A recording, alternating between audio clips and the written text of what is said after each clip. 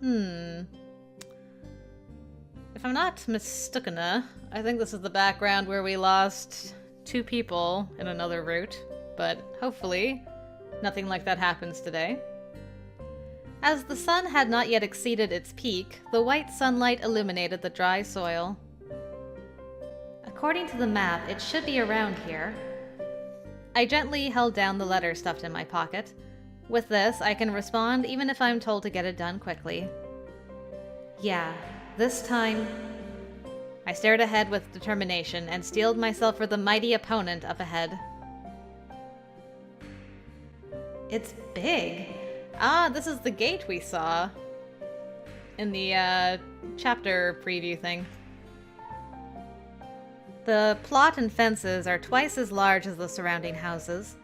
As expected, I was overwhelmed by the greatness of the aristocratic mansion as I searched for the entrance. The entrance is... Ah, over there. A sturdy gate towered over the high walls. There were 2 gatekeepers with stern looks standing in front of the gate. Excuse me, is this Minister Orda's mansion? Hmm? Yes. The eyes under the helmet were turned to me.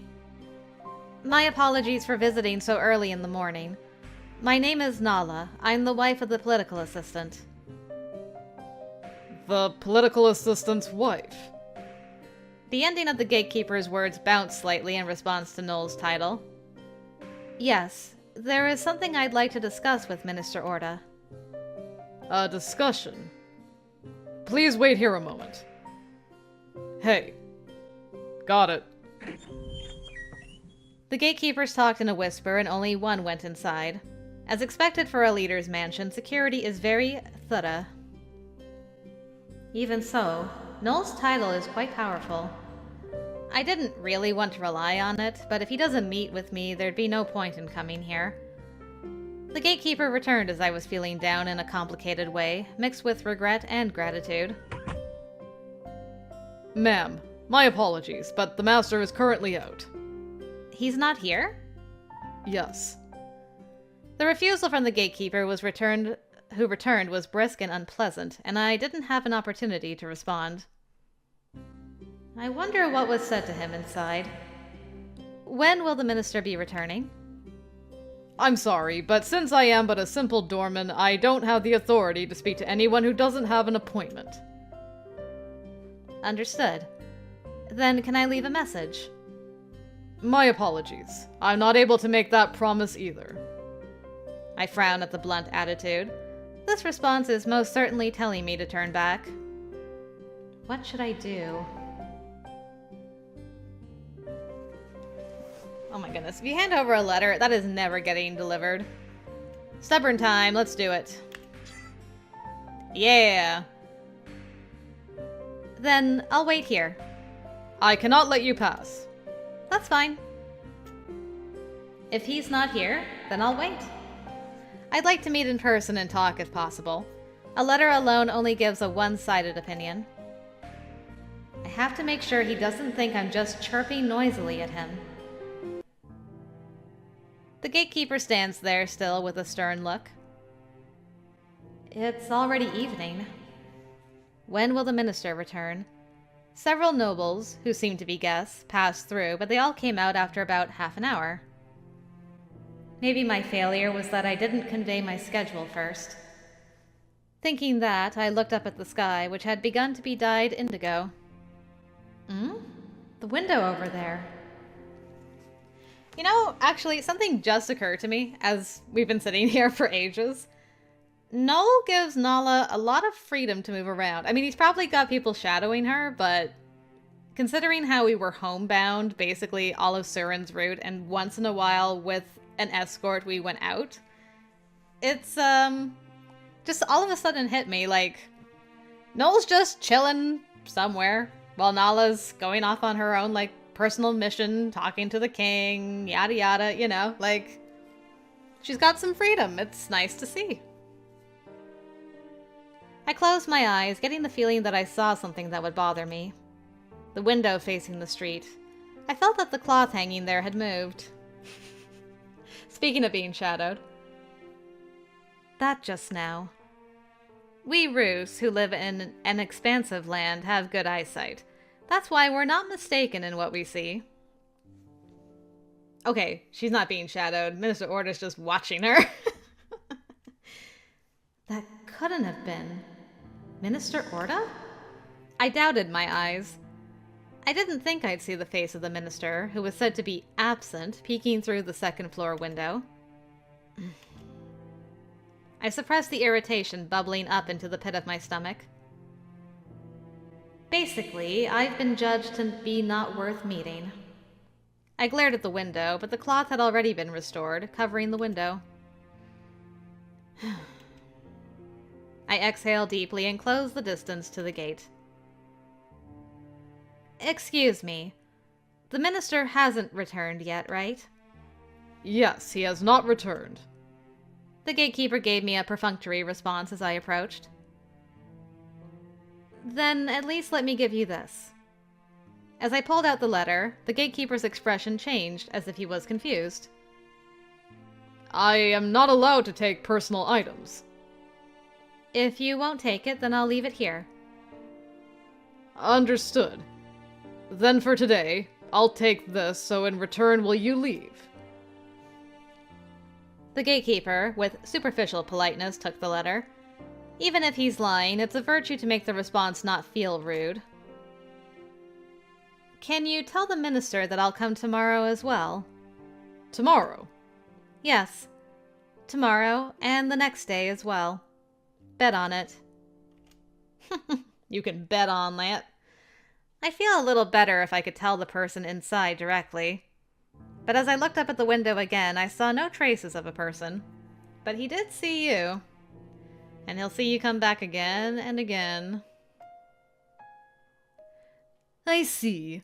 So you retreated back here with your tail between your legs. Oh, shut up. I knew you approved from afar, okay? That's an awful way to put it. I frowned at the sarcasm that greeted me immediately upon returning.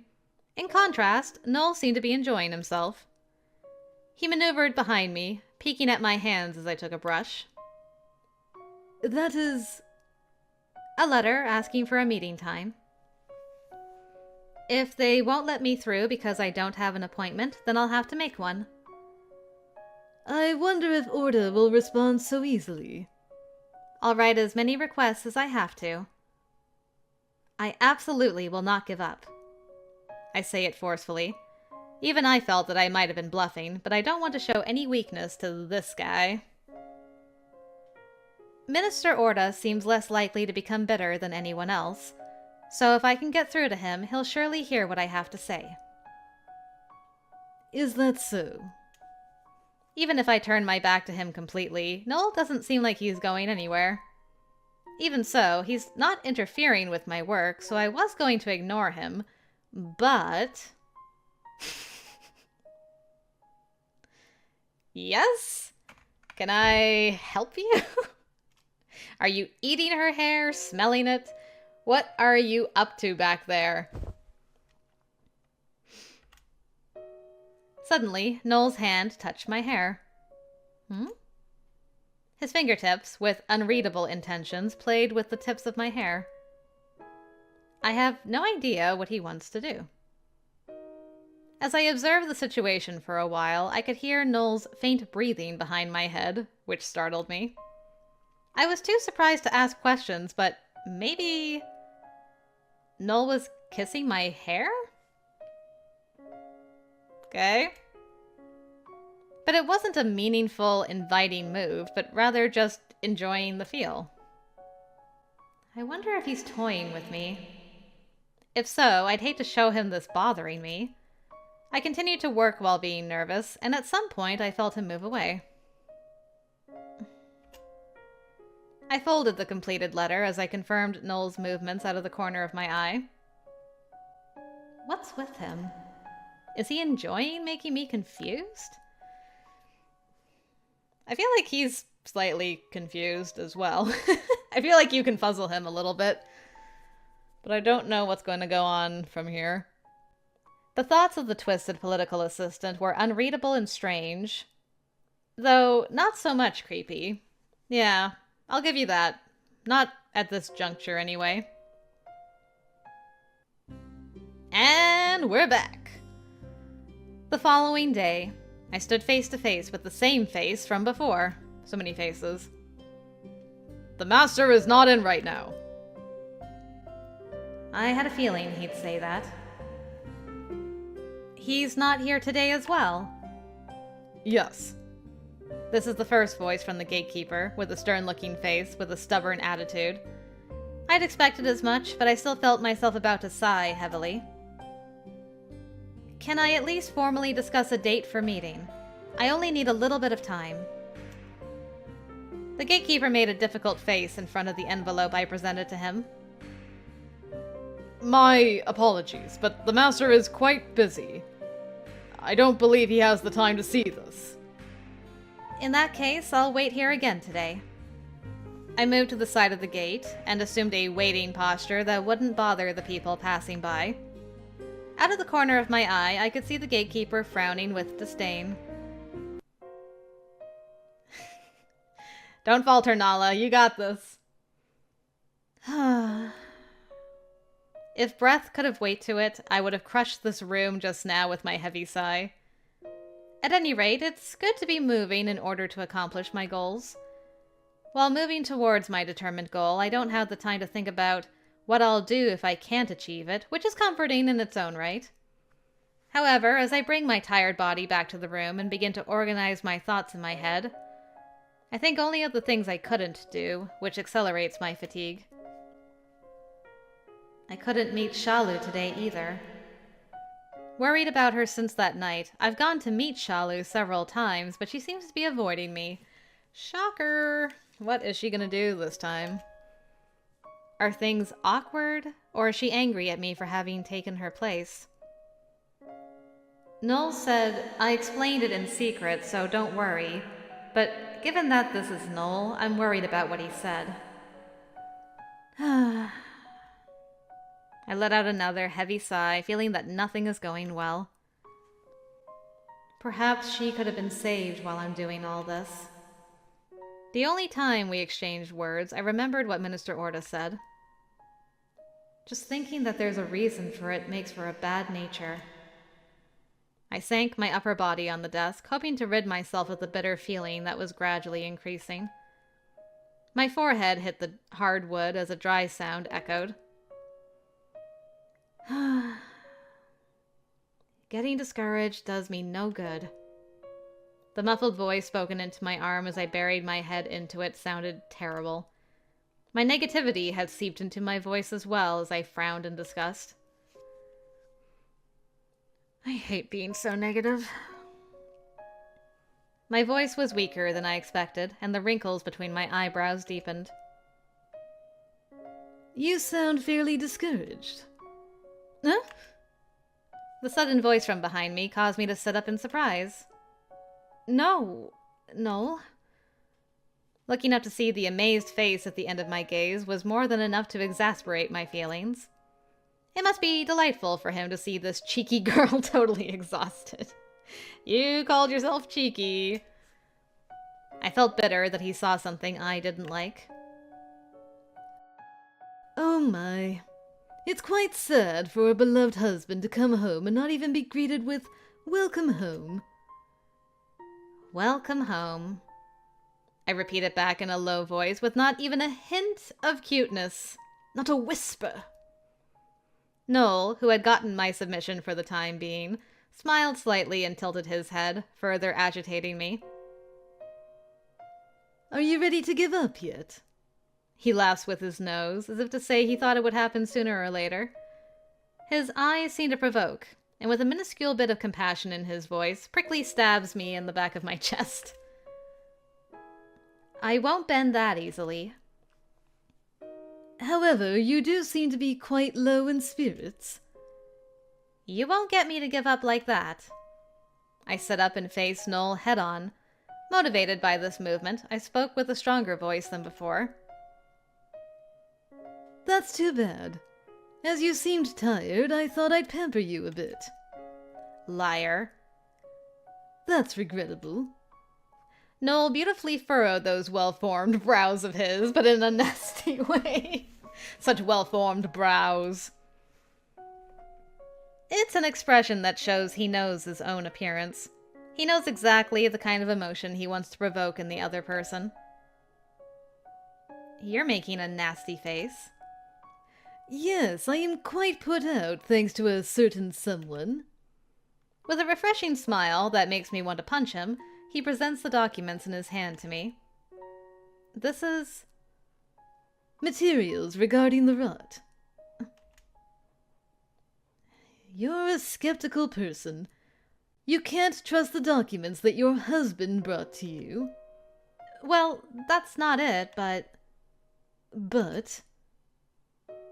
You're helping me? To be honest, I thought he was telling me to do everything on my own. Given the content of the bet, that would be natural. No.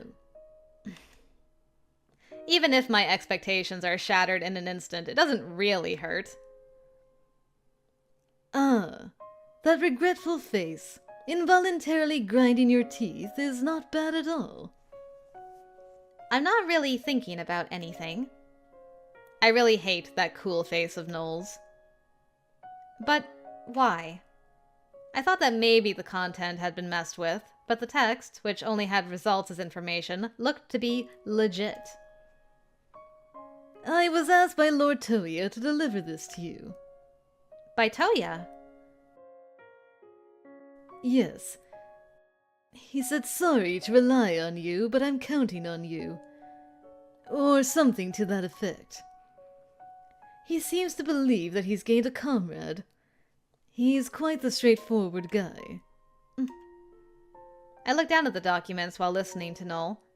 Looking at it, this definitely isn't Nohl's handwriting. Yes, I mean, Toya did the majority, but we gotta be like, he went through the trouble of bringing these to me? I mean, he still did bring it. He could have had one of his little puppet people bring it to us if he really wanted to. There we go. He went through the trouble of bringing these to me? Thank you. I appreciate it.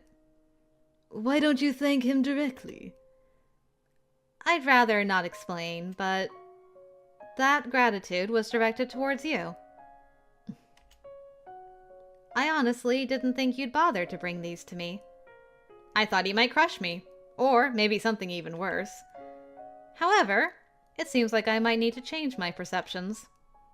Looking up, I saw his eyes, expressing nothing, looking down on me quietly. A mysterious gaze that is neither frosty or hot. It would be no fun if the betting stage is not fair.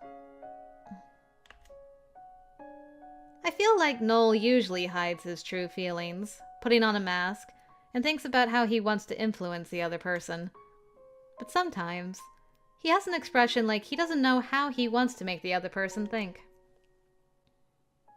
Come to think of it, he hasn't made any strange requests since the other day. Yeah, I was thinking about that too. I wonder... did we just, like, earn some respect with him, maybe? And he's decided to chill out? Maybe he thinks she can actually pull it off. And he's like, well, I'll let her work. Let that girl cook. I don't know. It is interesting. I had prepared myself for him to make more perverted demands, but perhaps because he's busy with work, he hasn't tried to touch me sexually. It's not that I want him to, but if he's not, that makes me worried about the future. Do not fear, I shall take my time with it later. It seems your education will require quite a bit of care. Yeah, I'm like, how... she said all that internally, right? My face got hot for a moment as I felt like he'd read my thoughts. I pursed my lips and glared at him, again laughing through his nose. It's fine to do your best, but do be mindful of your health. If you become like a dead person before then, there'll be no point in bullying you. I'll take care of myself without needing you to tell me to. Having said that, though, it does feel like my physical strength will decline if I continue to not be able to meet Orda. Actually, speaking of physical strength, I don't think our girls refuse to eat anything since getting into this arrangement. Then again, it doesn't seem like Nohl's been staring daggers at her while she's trying to eat either, so maybe she hasn't lost her appetite this time around. I have to think of a way to meet him.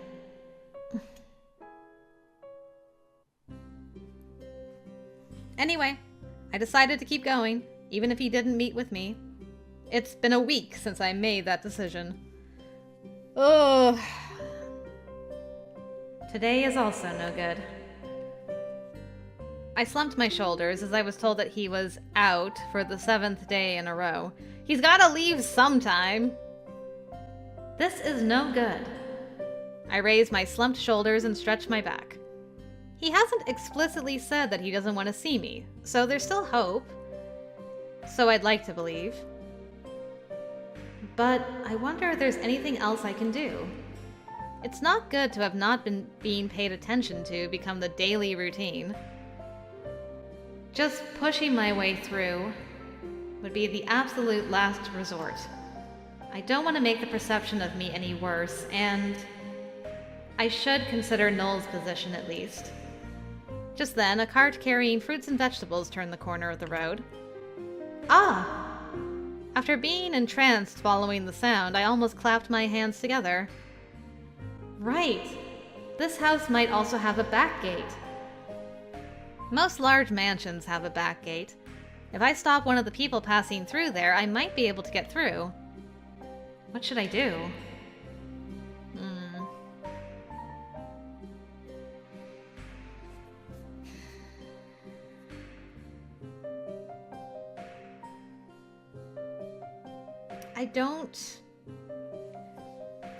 I think because we're on Nohl's route and we've got an important position politically in the court now, going through the back gate is not a good look. Not for the political assistant's wife, not for the political assistant. He knows you're here. He's got to leave sometime, or at least be impressed that you're, going through the proper channels. So, I say we continue waiting it out. Okay, Nohl approves of this choice. Good. Let's not do that. If the minister's reason is that he's out, then I should respect that. What? The minister will be back sometime today, right? I suppose you could say that. If Minister Orda returns while I'm not here, could you tell him that I'll come here every day until he has time to see me? Understood. We exchange a few words, I bow, and then leave. And when I come to a position where I can look at the mansion's window, I look up with determination. Toya said that the minister looks at people. If that's the case, it's best to do this the right way. Agreed. I stretch my back with the feeling of facing the minister. Never. I will never give up. The window I looked up at was still hidden behind the cloth. Minister Orda didn't show up today as well. Another cruel night in the books.